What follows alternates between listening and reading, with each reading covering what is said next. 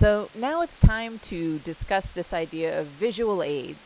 I think before you just decide you're going to align yourself with the forces of PowerPoint, you first need to think, do you really need to have a visual aid?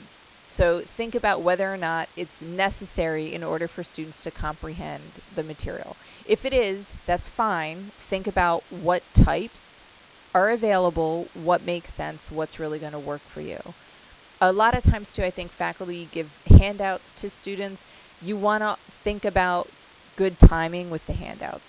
I think we've all been at some kind of conference or workshop where you receive a handout as the speaker is beginning to speak, and then you just can't help but want to kind of skim through that instead of listening to what the speaker is saying. So I guess my caveat here is, you want to provide some handouts, like I would say graphic organizers to help with guided note-taking, great. But if you have a PowerPoint handout of your speech itself, you might not want to give that out while you're talking. You might want to give that out afterwards, but we can debate that in the discussion area during this module. And then I would also say technology can absolutely help you with visual aids, but again, you don't need to be beholden to it if you feel like it really isn't necessary or it's not the most effective type.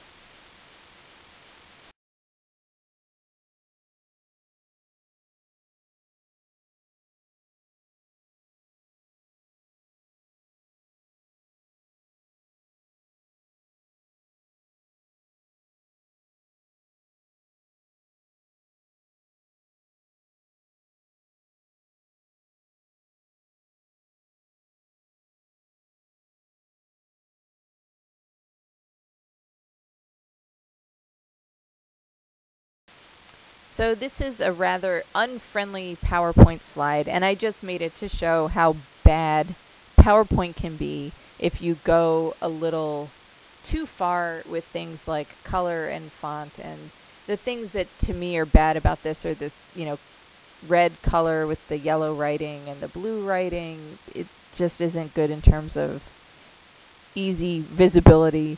The font is way too small, and then there are just some other violations here, in my opinion. So things like complete sentences are just a little too much. It's just not as well done as it could be. So for the second part of my lecture, we're going to talk a little about the savvy use of PowerPoint. So I'm going to cover some basic rules about PowerPoint usage. I'm also going to talk a little bit about how to organize your content, and I'm going to share with you my personal pet peeves about PowerPoint. And then finally, I'm just going to talk to you about how you might want to organize your slides in a way that really jives well with this idea of brain-friendly lecturing. So again, for those of you who know me, I'm a rules kind of girl. And I gotta tell you, for PowerPoint, I've got these 4 rules. So the first one is that in PowerPoint, there are no complete sentences. Now, you'll almost never ever hear an English professor say such a thing. But I gotta tell you, please do not use complete sentences in PowerPoint. Just use bullets and use fragments.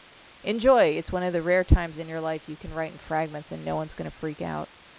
The second rule is you never, ever are going to have complete paragraphs, because if you're not writing in sentences, how could you possibly have complete paragraphs? But paragraphs also cause the font to become so tiny, as with my badly done PowerPoint screen prior to this. You just can't read it, even if you're sitting in the front row in a classroom. And a lot of our classrooms are built in such a way that they accommodate 34 students or more.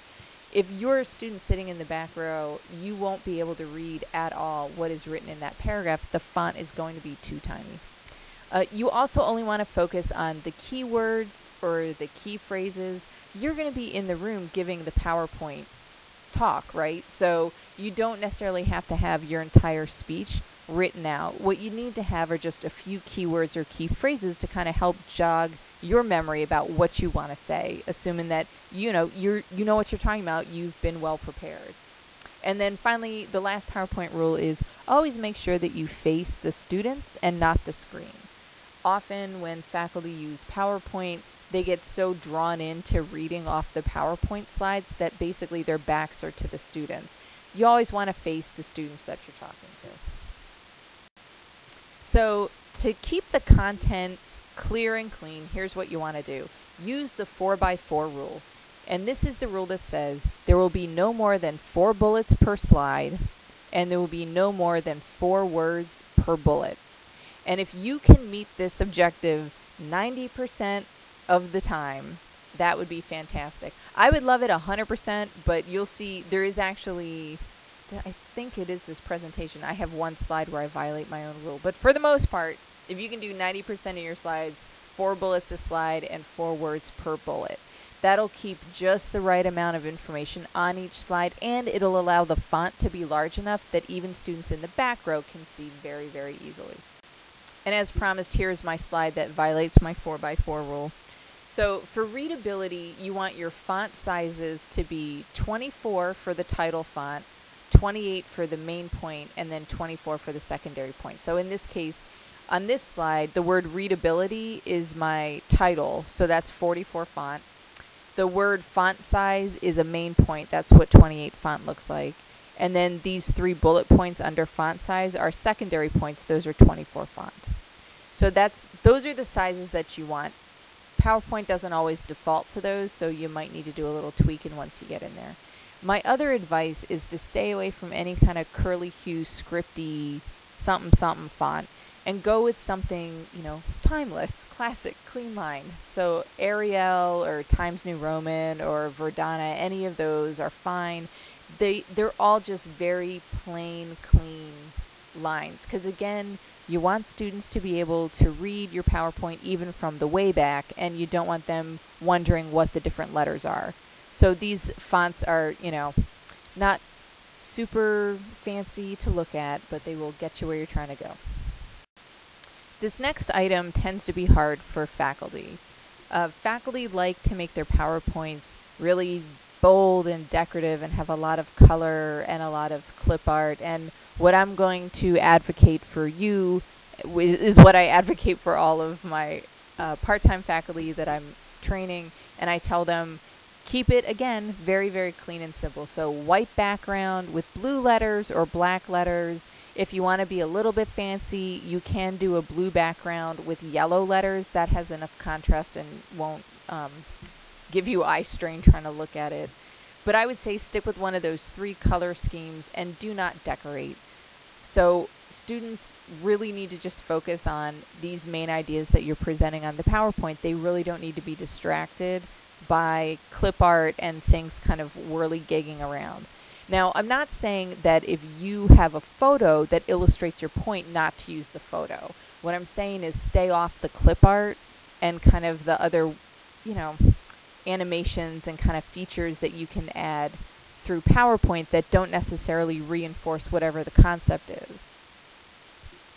So as promised, here are my peeves. The first one, like I talked about, is the background art. If there's just clip art and just things that don't necessarily need to be there, I find that really distracting. I'm also not a huge fan of sound effects, so things that are screeching to a halt or making honking noises as they come in, those just personally distract the hell out of me. I vote no sound effects. Again, if the sound effect has something to do with what you're trying to teach, great. If it's just a sound effect for the sake of sound effect or shock value, I think that's a no. Also, again, you want to make sure that you have checked your spelling and your grammar before you are actually showing the PowerPoint slide. I know some of you, when you were doing your lesson plan, mentioned that you were going to make sure that you went and looked at the PowerPoint and proofread it, and I would agree that that is a wise move. The other thing you want to do is stay out of the projection stream. A lot of times faculty find that they get somehow pinned in between the projector and the screen, and then the print from the PowerPoint ends up on your head or on your shirt. And again, this is something that is entertaining for students, but again, is distracting for students, and you just want them to focus on the message. Once you've gotten all your slides together, you want to think about how to organize the slides.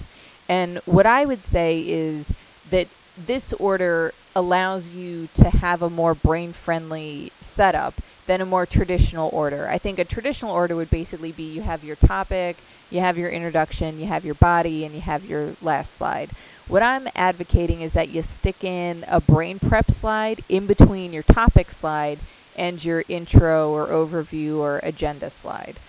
So that you would say, here's my topic for tonight on slide 1. Slide 2 would be whatever question you're going to be asking folks or how you're going to get them to kind of prep their brains for what you're about to say.